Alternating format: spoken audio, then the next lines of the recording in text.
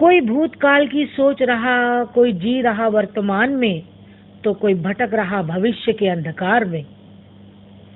जी हाँ, हम बात कर रहे हैं डीटीसी के महाप्रबंधक संजय सक्सेना जी की, जहां एक तरफ डीटीसी के रिटायर्ड कर्मचारी द्वारा बीते समय में डीटीसी विभाग के लिए की गई मेहनत के बारे में सोच रहे हैं, अपने वर्तमान को जी रहे हैं, तो वहीं दूसरी तरफ डीटीसी मुख्यालय के महाप्रबंधक अपना भूतकाल व वर्तमान भूलकर भविष्य के बारे में सोच रहे हैं। उन्हें भी भविष्य में पेंशन का लाभ मिल सके, ताकि उन्हें भी आज के समय में जिस हिसाब से कर्मचारी अपनी मेहनत के लिए भटक रहे हैं, उन्हें परेशानी की हालात का सामना करना पड़ रहा है, उनको ना करना पड़े। नमस्कार, मैं हूं ऋतु मुंजाल, अधिवक्ता एवं प्रधान, caring and social welfare society.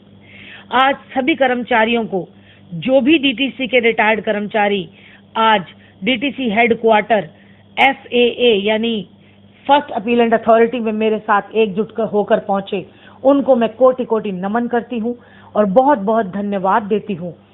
और यह भी आपको जानकारी दूं कि जो आपकी आवाज बनकर मैंने आज डीटीसी मुख्यालय पहुंचने के बाद अपने और आपके सभी दुखों को, दर्द को, तकलीफ को बयां किया डीटीसी महाप्रबंधक के समक्ष, और उन्हें जागरूक किया और बताया कि किस तरह से आप लोगों की खामियों की वजह से और गलतियों की वजह से, भ्रष्टाचार की वजह से और गलत नीतियों की वजह से डीटीसी के रिटायर्ड कर्मचारी जो कि पेंशन के हकदार हैं और पेंशन के लिए दर दर की ठोकरें खा रहे हैं।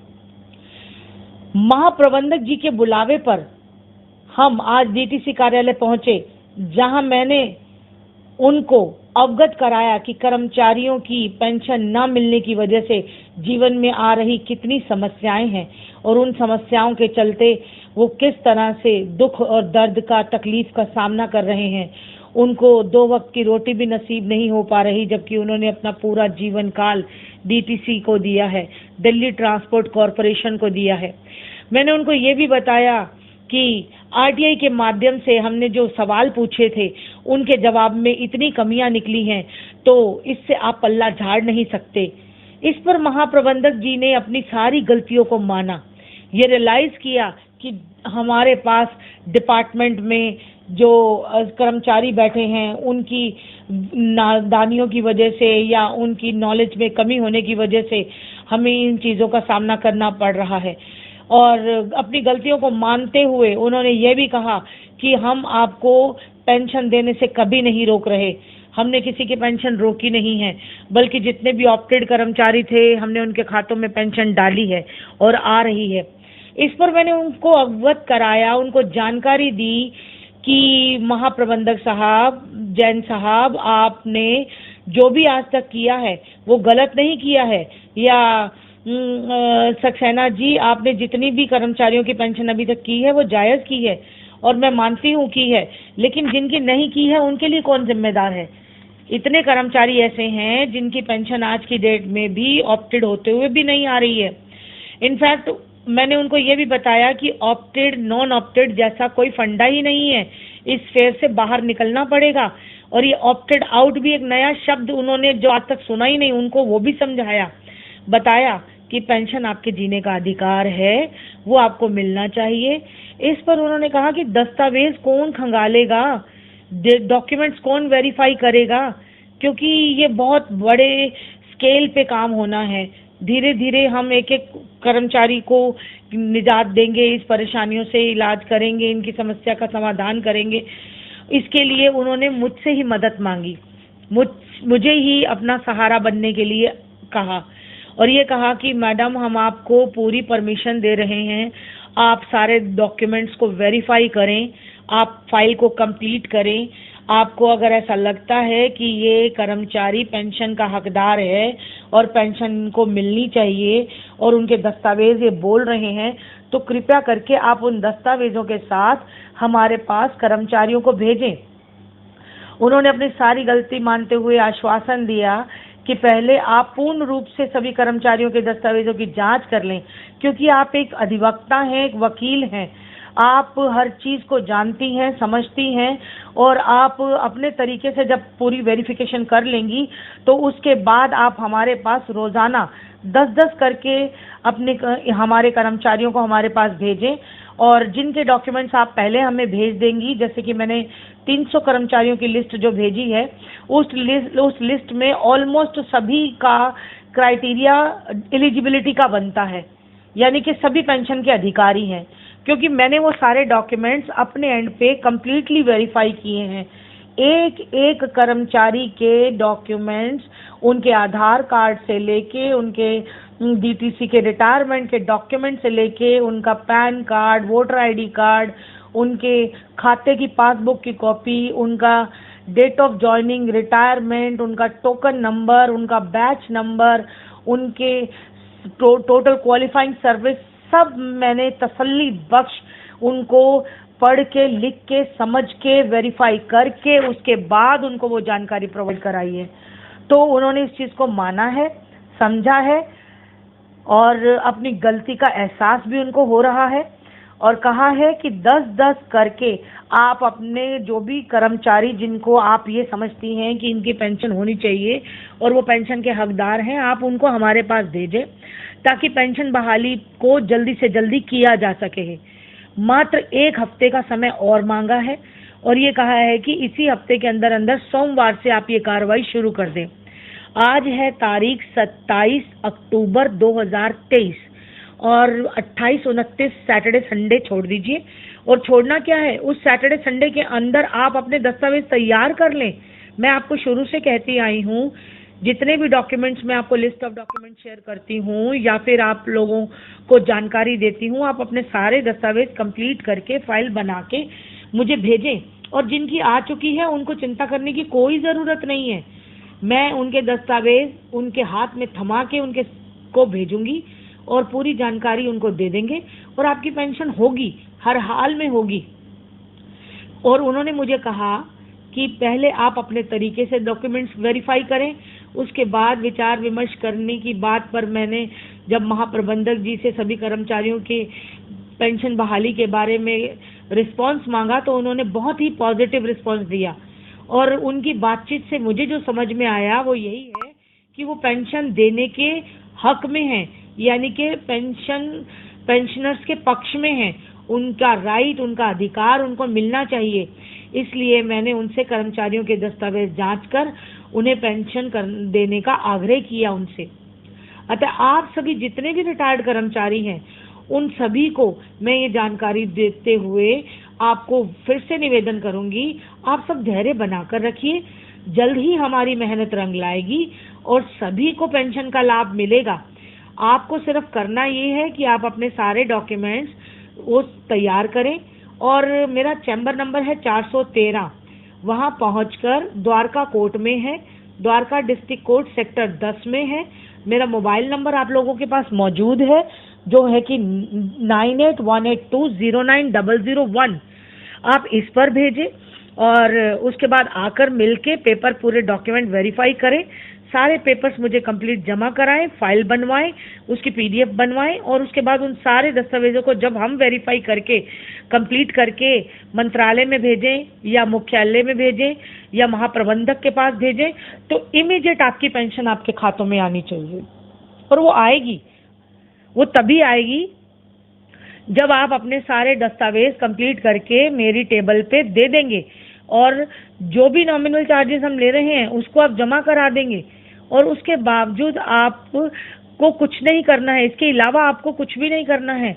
आपको जिसकी पेंशन उनके खातों में नहीं आ रही है, उनका एरियर रुका हुआ है या आपको मेडिकल फैसिलिटीज़ नहीं मिल रही हैं, उसके लिए सिर्फ आप एक काम कीजिए, अपने सारे डॉक्यूमेंट्स रेडी कीजिए और मेरे पास भेजिए। आपको मैं एक एग्जाम्पल के माध्यम से, एक उदाहरण के माध्यम से समझाती हूँ कि हाई कोर्ट अगर ऑर्डर करता है कि जितने भी मुजरिम तिहाड़ जेल में बंद हैं कोरोना काल के अंदर, उनमें से जो मुजरिम 2.5 साल से ज़्यादा की सज़ा भुगत चुके हैं उनको आप रिलीज़ कर दीजिए। ये एक उदाहरण दे रही हूँ मैं, उस उदाहरण से आप समझें और इस बात को जानें। और उससे समझें कि कैसे पेंशन हमारे खातों में आएगी।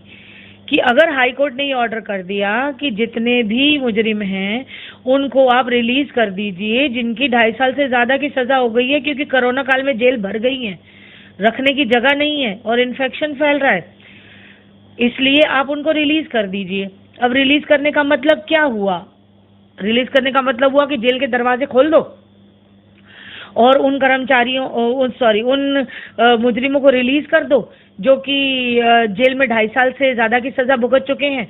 यहाँ तो 10-10 साल 15-15 साल की भी सज़ा हो गई है, कुछ को तो पूरा जीवन ही जेल में बिताना पड़ रहा है। ऐसा नहीं है। अगर हाई कोर्ट ने ये ऑर्डर कर दिया कि जितने भी मुजरिम हैं उनको रिलीज कर दिया जाए जिनकी 2.5 साल से ज़्यादा की सज़ा है, तो उसका मतलब ये हुआ कि जितने भी इस तरह के मुजरिम हैं उन सबको एक वकील करना पड़ेगा। उस वकील को अपने डॉक्यूमेंट्स, अपने चार्जशीट, अपने सारे दस्तावेज जमा कराने पड़ेंगे और वो वकील पहले बेल एप्लीकेशन तैयार करेगा, फिर आपको एक जमानती लाना पड़ेगा, फिर उसके बाद बेल एप्लीकेशन पे आर्ग्यूमेंट होंगे, उस पे वेरिफिकेशन होगी। अगर आपकी एलिजिबिलिटी बनती है तो आपको जमानती जमा कराने के बाद जमानत दे दी जाएगी और आप जेल से बाहर तब आएंगे जब आपको रिलीज ऑर्डर मिलेगा। Same with DTC retired employees. Same with all the DTC retired employees who have taken VRS or who are opted, non-opted, opted out, whatever it is. आपको सभी इस एग्जाम्पल से मैं यही समझाना चाहती हूँ कि आप अपने दस्तावेज सारे तैयार करके जिन जिन की पेंशन रुकी हुई है, नहीं आ रही है या किसी वजह से नहीं आ रही है, आप अपने पेपर्स तैयार कर लीजिए, उनको वेरीफाई कराइए, उनको मेरे पास लाइए।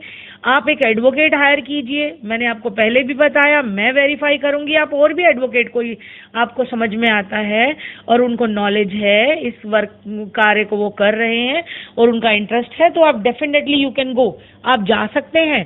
और सारी चीज़ें कंप्लीट करने के बाद आप उसको डीटीसी विभाग में महाप्रबंधक के पास, यानी कि पेंशन कमिश्नर और जो फाइनल फर्स्ट अपीलेंट अथॉरिटी है आरटीआई की, वहाँ भेजें। और वहाँ आप ना भेजें तो हम भेजेंगे तो ज़्यादा बेटर रहेगा। और जब एक वकील बेल लगाता है और एक आम आदमी खुद बेल के लिए आता है तो कोर्ट क्या कहती है? कोर्ट कहती है अपना वकील लेकर आओ। Same thing with them. DTC विभाग भ्रष्ट है, करप्शन है और इसके चलते ये आपके दस्तावेजों को दरकिनार कर देते हैं और रिश्वतखोरी पे बिलीव करते हैं। लेकिन हमें भ्रष्टाचार की जड़ों को कुरेदना है, भ्रष्ट अधिकारियों का साथ नहीं देना है, रिश्वतखोरी नहीं करनी है। हमें सिर्फ वो जायज़ खर्चा लेके आपका काम करना है जिसमें आपकी पेंशन आपके खातों में आ जाए, आपका एरियर आपके खातों में आ जाए, आपको आपका जो चिकित्सा सुविधाएं हैं वो टाइमली मिल जाए और सारी मेडिकल फैसिलिटीज़ आपकी कैशलेस हो जाए। और उसके लिए आपको अपनी कंप्लीट फाइल करके मुझे देनी है। कोई कागज़ या कोई डॉक्यूमेंट ऐसा जो कम रह जाएगा उसके लिए मैं आपको फिर से जानकारी दूंगी, आपको सारी वो चीज़ें बताऊंगी जिससे आप लोग कभी भी अपने इन अधिकारों से वंचित ना रहें। तो समझदारी इसी में ही है जो आज हमने निर्णय लिया है और महाप्रबंधक जी से बात करके, सक्सेना जी से बात करके जो मुझे समझ में आया है और उनको भी जो मैं समझा पाई हूँ एग्जाम्पल्स के माध्यम से, वो यही है कि जितने भी कर्मचारी हमारे पास मौजूद हैं वो सब पेंशन के अधिकारी हैं, लेकिन एकदम से होपलेस हो जाते हैं डीटीसी के अधिकारी भी और डिसीजन नहीं दे पाते हैं। इसलिए 1 बाय 1 तसल्ली से जो 300 कर्मचारी हैं वो तो बेफिक्र हो जाएं, जिनके दस्तावेज मेरे पास ऑलरेडी मौजूद हैं। उनको मैं टाइम और डेट बता दूंगी। सोमवार से हम ये कार्रवाई शुरू कर रहे हैं। आज तारीख है 27, 28, 29 छोड़ दीजिए, उसमें आप अपने डॉक्यूमेंट तैयार कर लीजिए। शनिवार इतवार का आपके पास समय है। शनिवार इतवार में भी अगर कोई जानकारी मेरे पास ऐसी आती है जो आपको मैं दे सकूँ वो मैं ज़रूर दूंगी। और सोमवार को आप अपने डॉक्यूमेंट सारे लेकर मेरे पास आ जाइए और आपके पास मेरा नंबर मौजूद है, उस पर आप व्हाट्सएप कर दीजिए। और बेस्ट यही रहेगा कि आप सारी चीज़ें कंप्लीट करके, आपको पासपोर्ट साइज फोटोग्राफ भी देनी होंगी, आपको जीवन प्रमाण पत्र भी देना होगा, आपके पास एक मैसेज भी आएगा। और कुछ कर्मचारी हैं जिनके पास मैसेज भी आया है, मैं उसकी भी आपको स्क्रीनशॉट शेयर कर देती हूँ। और जो आज हमने बात की है सक्सेना साहब से, संजय सक्सेना जी से, उसकी भी मैं आपको स्क्रीनशॉट शेयर कर देती हूँ। और देखिए आप आज क्या हुआ। जी हाँ, आज वही हुआ जो हम चाहते थे, जो सच्चाई है वही हुआ, क्योंकि जीत हमेशा सच्चाई की होती है। सत्यमेव जयते कहा गया है और सत्य की ही जीत होनी जरूरी है। जितना मैंने आपको आज समझाया है आप इस पे कार्रवाई करें और उसके बाद आगे की जानकारी के लिए हम फिर मिलेंगे।